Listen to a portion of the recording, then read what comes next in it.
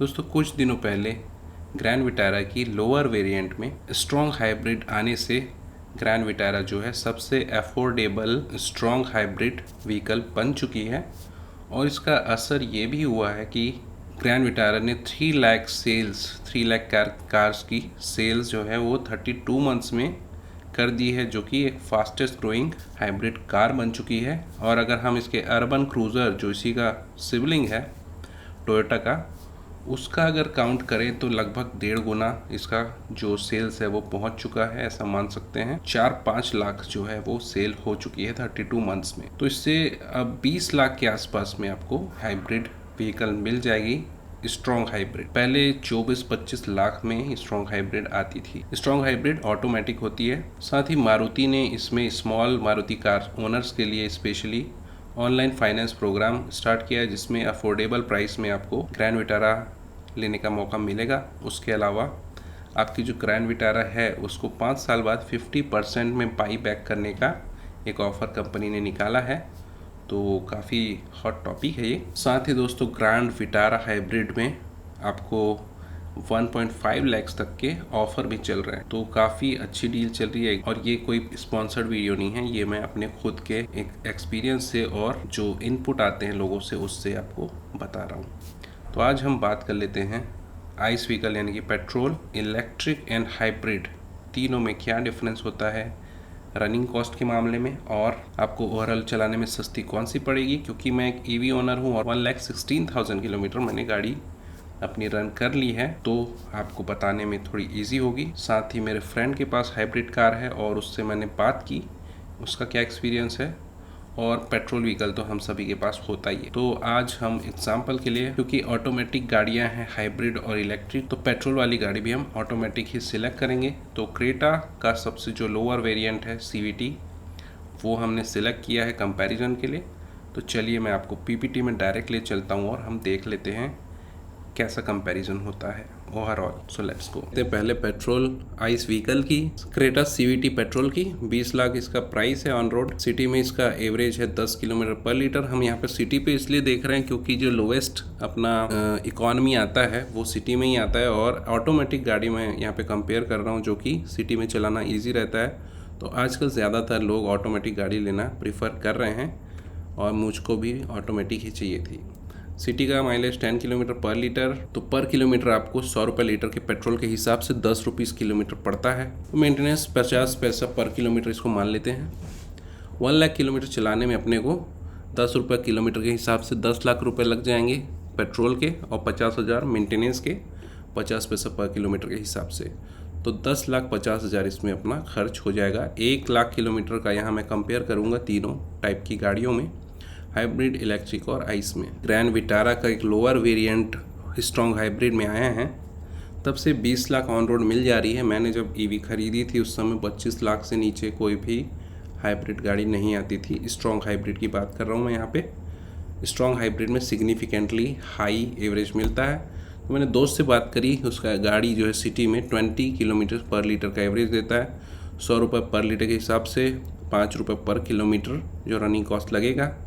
Maintenance 50 पैसा पर kilometre average मान लेते हैं, क्योंकि ये लगभग 1 लाख किलोमीटर तक चलाएंगे तो आपका मिनिमम इतना तो लगेगा ही। 1 लाख किलोमीटर चलाने में आपका फ्यूल में 5 लाख रुपीज़ खर्च हो जाएंगे। 50,000 रुपीज़ आपको मेंटेनेंस में लगेंगे। 5,50,000 रुपीज़ टोटल खर्च आएगा, मतलब पेट्रोल वाली गाड़ी से लगभग आधा। और ये ऑटोमेटिक ही होती है स्ट्रॉन्ग हाइब्रिड, तो ये ऑटोमेटिक का कंपैरिजन हो गया। अब यहाँ पे ईवी की बात कर लेते हैं। 20 लाख का ही आप नेक्सॉन ईवी लेंगे, ये मैं टॉप मॉडल की बात कर रहा हूँ। लोअर भी आप जा सकते हैं, तो लोअर वेरिएंट लेंगे तो और ज़्यादा आपको थोड़ा सा फ़ायदा हो सकता है। ठीक है, कंपैरिजन करने में आपको समझ आएगा। होम चार्जिंग अगर हम करते हैं तो 300 किलोमीटर चलता है एक बार चार्जिंग करने में। चार्जिंग का हमारे यहाँ यूनिट प्राइस है इलेक्ट्रिसिटी का 4 से 8 रुपीज़ पर यूनिट का है मोटा मोटा। हम 8 रुपये भी मान लें मैक्सिमम, तो लगभग 300 रुपये किलोमीटर पर 300 किलोमीटर के लगते हैं। तो 1 रुपये किलोमीटर इसमें मोटा मोटा घर पे चार्ज करने पे कॉस्ट आता है, और 1 लाख किलोमीटर में 1 लाख रुपए आपको लग जाएंगे। इलेक्ट्रिसिटी के मोटा मोटा 30,000 जो है मेंटेनेंस का मोटा मोटा मान लें 1 लाख किलोमीटर में, तो मैक्स टू मैक्स इतना लग जाएगा। 1,30,000 किलोमीटर इसको में आपको 1 लाख किलोमीटर चलाने में लगेगा। सब्सिडी भी इसमें मिलेगी जो 1 लाख से 1.5 लाख तक की है। अभी भी काफ़ी ज़्यादा स्टेट्स में सब्सिडी मिल रही है, तो ये आपका एक्स्ट्रा बेनिफिट है इसके अंदर। हाईवे में अगर आप आउटसाइड यानी कि डीसी फास्ट चार्जिंग करते हैं पूरा 1 लाख किलोमीटर, तो आपको 29 रुपये पर यूनिट पड़ता है वहाँ पे। तो 300 किलोमीटर का आपको लगभग 1200 रुपये पड़ जाएगा 300 किलोमीटर चलाने के लिए। ऐसे में आपको 4 रुपये पर किलोमीटर पड़ता है कॉस्ट, और ऐसे में आपको बहुत ज़्यादा फ़ायदा ना होते हुए 4,30,000 का कॉस्ट आएगा मेंटेनेंस और इलेक्ट्रिसिटी का मिला के। ये तो तब की बात है जब 100% आप फास्ट चार्जिंग कर रहे हैं। तो चलिए यहाँ पे देख लेते हैं क्या क्या हमारे जो वैल्यूज़ आए हैं। 10,50,000 पेट्रोल गाड़ी में ऑटोमेटिक में, क्रेटा में। हाइब्रिड में 5,50,000 रुपीज़ लगेगा जो कि लगभग आधा है। और ईवी में अगर घर पे चार्ज करते हैं तो ये बहुत ही मिनिमल प्राइस या कॉस्ट है जो हम पे करते हैं 1,30,000। आइस व्हीकल से तो मतलब 1/10 ये है। और अगर हम हाईवे पे या डीसी चार्ज फास्ट चार्ज पूरी तरीके से करते हैं तो 4,30,000 का आपको कॉस्ट आएगा। तो ये हो गया यहाँ पे कंपैरिजन। सब्सिडी 1 लाख से 1.5 लाख तक का मिल सकता है। आरटीओ डिस्काउंट भी चल रहा है कई जगह, बट हाँ इसमें आपको थोड़ी सी रेंज एंजाइटी की प्रॉब्लम हो सकती है। तो रेंज एंजाइटी यानी कि जब लास्ट में बैटरी कम होती है तो आपको थोड़ा सा स्टार्टिंग में प्रॉब्लम होती है, तो वो हो सकती है। वो चीज़ आपको इतने पैसे अगर बचाने हैं तो झेलना पड़ेगा। यहाँ पे आइस के कंपैरिजन में देखा जाए तो 8.5 लाख रुपये, मैंने पहले भी बताया था कि मेरी रनिंग के हिसाब से काफ़ी ज़्यादा 8-9 लाख रुपए बच चुके हैं। तो वैसे ही यहाँ पे भी फिगर आ रहा है लगभग 7.5-8 लाख रुपए यहाँ पे बच रहे हैं, 8-8.5 लाख रुपए। और अगर बाहर चार्ज करते हैं तो भी आपको 5 लाख रुपए बच रहे हैं। हाइब्रिड में आपको हाइब्रिड की तुलना में घर पे चार्ज करते हैं तो 4 लाख रुपए बच रहे हैं, और बाहर चार्ज करते हैं तो आपको ज़्यादा नहीं 1,20,000 रुपीज़ बच रहा है। तो अगर आपको हाईवे में या कि ज़्यादा चलना है और चार्जिंग घर पे नहीं करते बन रहा है तो हाइब्रिड का भी आप कंसीडर कर सकते हैं। यहाँ पे आपको सब्सिडी का और थोड़ा सा यहाँ पे कॉस्ट का फ़ायदा हो सकता है, आरटीओ डिस्काउंट भी फ़ायदा हो सकता है। बट हाँ रेंज एंजाइटी से आपको थोड़ा सा जूझना शुरू में पड़ सकता है, और थोड़ा सा आपको अपना प्लानिंग बना के चलना पड़ेगा। आप रैंडमली कहीं भी गाड़ी उठा के नहीं निकल सकते, आपको प्लानिंग के हिसाब से ही चलना पड़ेगा, खास तौर पे जब 200-300 किलोमीटर जाना हो। ये हो गया एक कंपैरिजन। अब यहाँ पे थोड़ा हम ये कंपेयर कर लेते हैं कि इन केस कोई चाहता है कि मेरे को ऑटोमेटिक नहीं चाहिए, मैनुअल भी चल जाएगा, तो उसकी भी बात कर लेंगे। पहले ये बात कर लेते हैं पावर। अगर हम क्रेटा का CVT लेते हैं तो उसमें 160 PS पावर होगा। हाइब्रिड ग्रैंड विटारा का देखेंगे तो 92 PS पावर है। ईवी नेक्सॉन में आपको 129 PS का पावर है। तो देखिए क्रेटा के CVT में आपको सबसे ज़्यादा यहाँ पे पावर मिल रहा है। टॉर्क भी क्रेटा में सबसे ज़्यादा मिल रहा है 253 Nm का, लेकिन ये CVT और टर्बो 1.5 लीटर का टॉर्क है। अगर आप मैनुअल लेंगे इसी में तो 115 का PS का आपको पावर मिलेगा, 143 का टॉर्क मिलेगा, जो कि EV से काफ़ी कम है, ऑटोमेटिक में काफ़ी ज़्यादा है।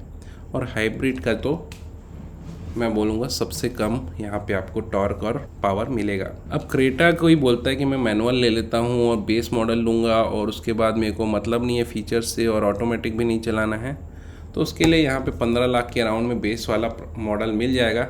एकदम बेस तो कोई नहीं लेता आजकल, तो 15 लाख के मोटा मोटा खर्च हो जाएगा। तो यहाँ पे आपकी 5 लाख की बचत हो सकती है, और जो खर्च आने वाला है 1 लाख किलोमीटर का 5,50,000 के अराउंड आपको खर्च तो उतना ही आएगा, बट आप इसमें 5 लाख माइनस कर सकते हैं क्योंकि आपको इनिशियल कॉस्ट ये नहीं देना पड़ रहा है। ये ईवी के बराबर हो जाएगा, फिर हाइब्रिड के भी बराबर हो जाएगा। लेकिन आप घर में चार्ज करते हैं अपनी ईवी को तो उसकी तुलना में 4,20,000 रुपीज़ आपको ज़्यादा, फिर भी 15 लाख की मैनुअल पेट्रोल गाड़ी में ज़्यादा पे करना पड़ेगा 1 लाख किलोमीटर चलाने के हिसाब से। और सब्सिडी में जो 1 लाख 1.5 लाख मिल रहा है तो 4-5 लाख रुपए आपके 1 लाख किलोमीटर में फिर भी एक्स्ट्रा देना पड़ेगा, चाहे आप मैनुअल गाड़ी बेस मॉडल के आसपास की कोई मॉडल क्यों ना ले लें। तो ये है भाई हमारा कैलकुलेशन।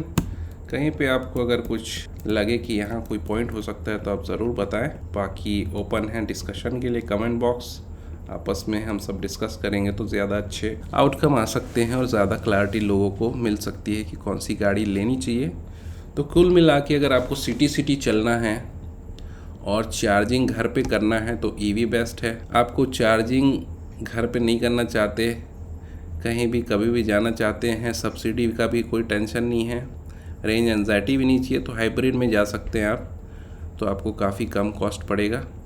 और अगर आपको आइस व्हीकल लेना है तो देखिए इतने पैसे आपको एक्स्ट्रा पड़ेंगे। अगर ऑटोमेटिक में जाते हैं तो 5 लाख के अराउंड हाइब्रिड से ज़्यादा देना पड़ेगा। तो आपको सिटी में भी मैनुअल चलाने में मज़ा आता है और या हाईवे ड्राइविंग ज़्यादा है तो आप मैनुअल क्रेटा ले सकते हैं। लेकिन फिर भी यहाँ पे मैं क्लियर करना चाहूँगा कि होम चार्जिंग अगर करते हैं ईवी की सिटी में चलाने के लिए तो 1 लाख किलोमीटर में आपको ईवी लेना ज़्यादा फ़ायदेमंद है। अगर आपकी पेट्रोल गाड़ी 15 लाख में भी आ रही है तो भी। उम्मीद है कि यहाँ पे कुछ मैं मेक सेंस कर रहा हूँ, कुछ समझ आ रहा होगा मैं क्या बोलना चाहता हूँ। तो भाई ये था कंपैरिजन, एक मोटा मोटा आइस व्हीकल यानी पेट्रोल, हाइब्रिड और इलेक्ट्रिक कार के बीच में। सीएनजी के साथ कंपैरिजन का कभी और वीडियो बनाएंगे।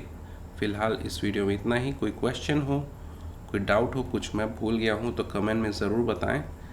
सभी देखने वालों को इससे फ़ायदा होगा।